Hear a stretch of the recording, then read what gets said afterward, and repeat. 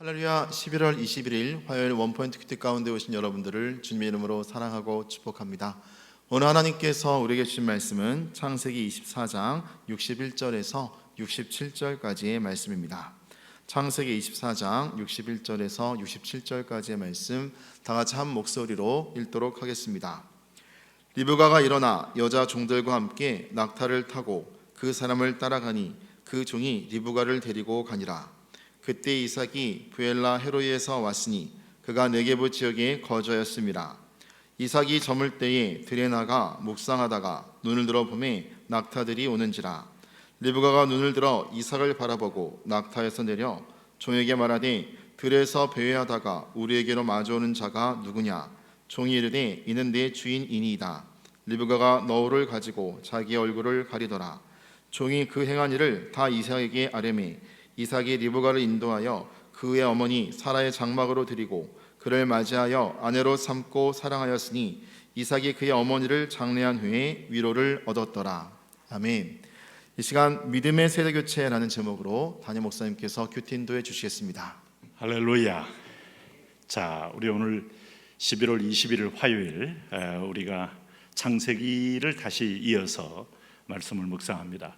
로마서 창세기 이렇게 잘 균형 있게 맞춰가는 것에 여러분 너무 정신없어 하지 마시고, 창세기는 창세기의 은총의 언약이 있습니다. 로마서는 신약적으로 그것이 어떻게 구체적으로 이루어지는 은혜의 구원임을 우리에게 설명해 주고 있는데, 둘 다 균형 있게 보는 것이 중요합니다. 오늘 24장 61절에서 67절은 이삭이 드디어 자기의 신부감 리브가를 만나는 장면이 나옵니다. 만나는 장소가 62절에 이렇게 표현합니다. 그때에 이삭이 부엘라 헤로이에서 왔으니 그가 네게부 지역에 거주하였음이라. 이 부엘라 헤로이는 여기 처음 나오는 장소가 아니에요. 아마 우물이 있는 지역으로 유명한 하나의 그 거점 지역이었다 이렇게 보여지는데, 하갈이 집에서 쫓겨난 이후로 하갈이 결국 이스마엘과 함께 쫓겨났지 않습니까? 이삭과 이스마엘이 함께 살 수 없는 거 아니에요? 그저 자기가 육체적인 어떤 첩으로 난 아들 이스마엘은 결코 언약이 자기 자식이 될 수 없다는 하나님의 말씀 앞에 견딜 수 없는 갈등 속에 번민하던 아브라함이 하나님께 물었을 때 사라를 통하여 던져진 말, 이삭과 하갈과 이스마엘을 내어 쫓아요 하는 그 말에 따라서 쫓아냈던 장소, 그렇게 울면서 방황할 때 부엘라 헤로이에서 하나님의 사자를 만난 거 기억나십니까? 그러면서 하나님이 그에게 위로를 주고 또 그를 보호하겠다는 약속을 줬던 그 장소. 어쨌든 그 부엘라 헤로이에서 왔으니 그가 네게부 지역에 거주했습니다. 이 그때라는 것은 사실은 이삭의 어머니 사라가 먼저 죽었어요. 바로 죽은 해라고 볼 수 있어요. 그러니까 아브라함이 이제 사라가 127세에 죽었고, 또 여기 보시면은 이삭의 나이가 이제 37살쯤 되었다고 볼 수가 있습니다. 그래서 아브라함이 지금 137살이고 이삭은 37살이고, 그러니까 둘이 이제 어머니는 죽고 그 어머니를 잃은 상실감으로 이 가족이 별로 없잖아요. 셋이 살다가 지금 어머니까지 잃었으니까 남자만 둘이 남은 겁니다. 아브라함과 아버지와 아들. 아버지와 아들 남은 그 가정의 분위기가 얼마나 삭막했겠어요. 여러분, 어머니의 빈자리는 어떤 것도 대체하기 힘들잖아요. 그럴 때에 바로 이삭의 신부감을 그 신실한 종 엘리에셀이 지금 우르 지방에까지 가서 아브라함의 고향까지 가서 데리고 오는 거 아니겠어요?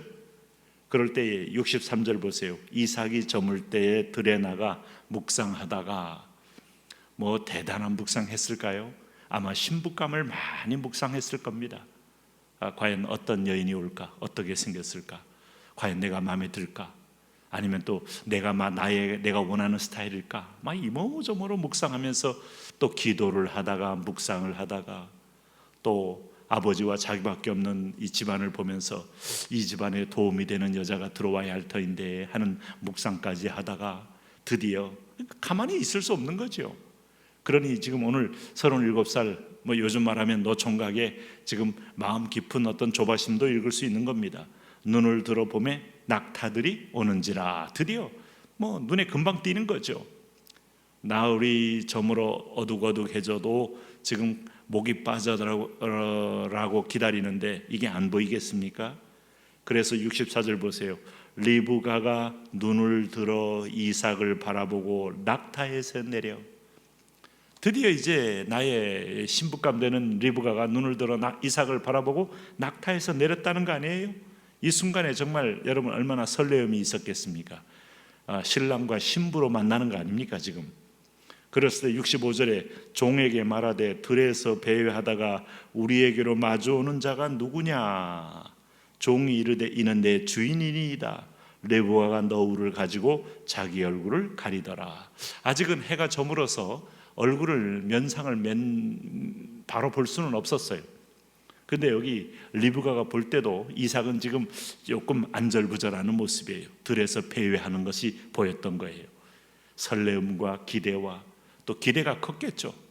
그리고 이 호렙이 둘만 사는 집안에서 여인이 들어오는 것 자체가 엄청난 어떤 흥분이 또 되는 사건이었기에 묵상 가운데 이리저리 마음 잡지 못하고 배회하다가 드디어 보게 됐으니 리브가가 묻는 것도 당연하죠.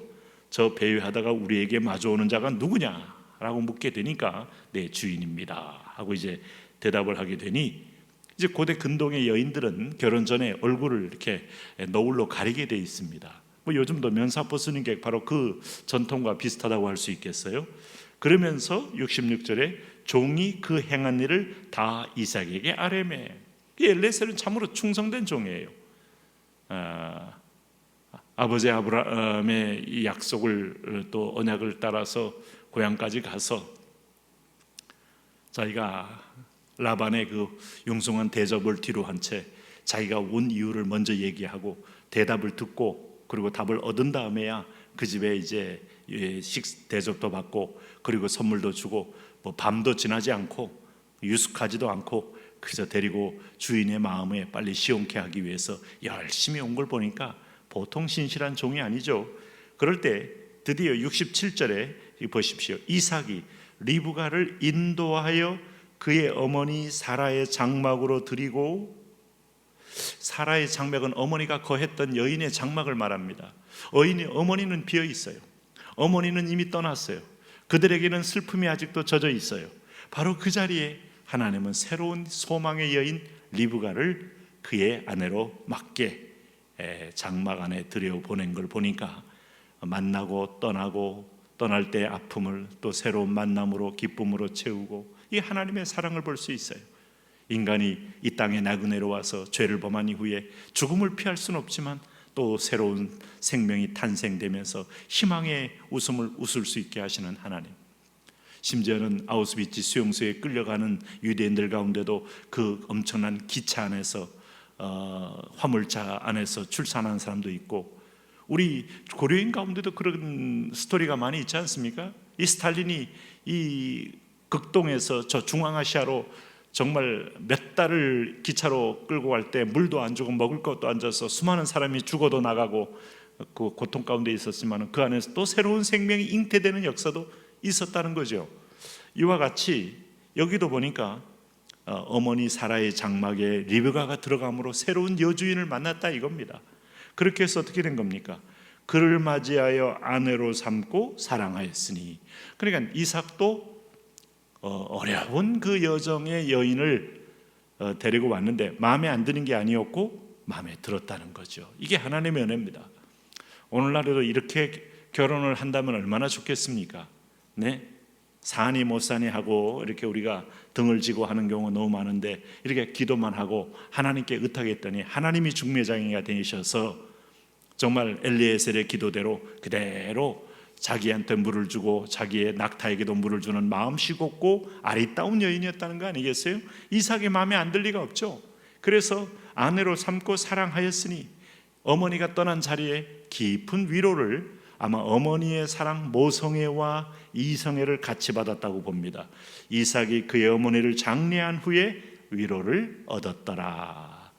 여기서 하나님이 인생의 만남과 떠남 속에 하나님의 아름다운 긍휼과 사랑과 위로가 함께 있음을 보여주고, 동시에 하나님의 믿음의 자손에 대한 언약을 이어갈 아름다운 그 믿음의 씨앗을 이어갈 내 백성을 하나님이 한 가정 안에 또 다르게 드림으로 하나님은 언약 백성의 집안을 관리하심을 볼 수가 있습니다. 우리의 만남 속에 하나님의 손길이 있고 비밀이 있어요. 우리의 가정 속에 하나님의 언약을 이어갈 아름다운 하나님의 그 긍휼이 있어요. 오늘도 그걸 기억하면서 감사하며 또 그걸 꿈꾸며 우리가 나아갔으면 좋겠습니다. 하나님, 오늘 이 이삭의 마음을 위로하신 하나님, 또 아브라함의 마음도 위로하신 하나님, 그리고 사라의 빈자리에 하나님이 다시 믿음의 열국의 어미의 태를 이어가게 하신 하나님, 하나님은 늘 긍휼로 역사를 운행하십니다. 오늘도 나의 가정, 나의 걸음에 그렇게 인도하실 주님을 찬양합니다. 예수님 이름으로 기도합니다. 아멘.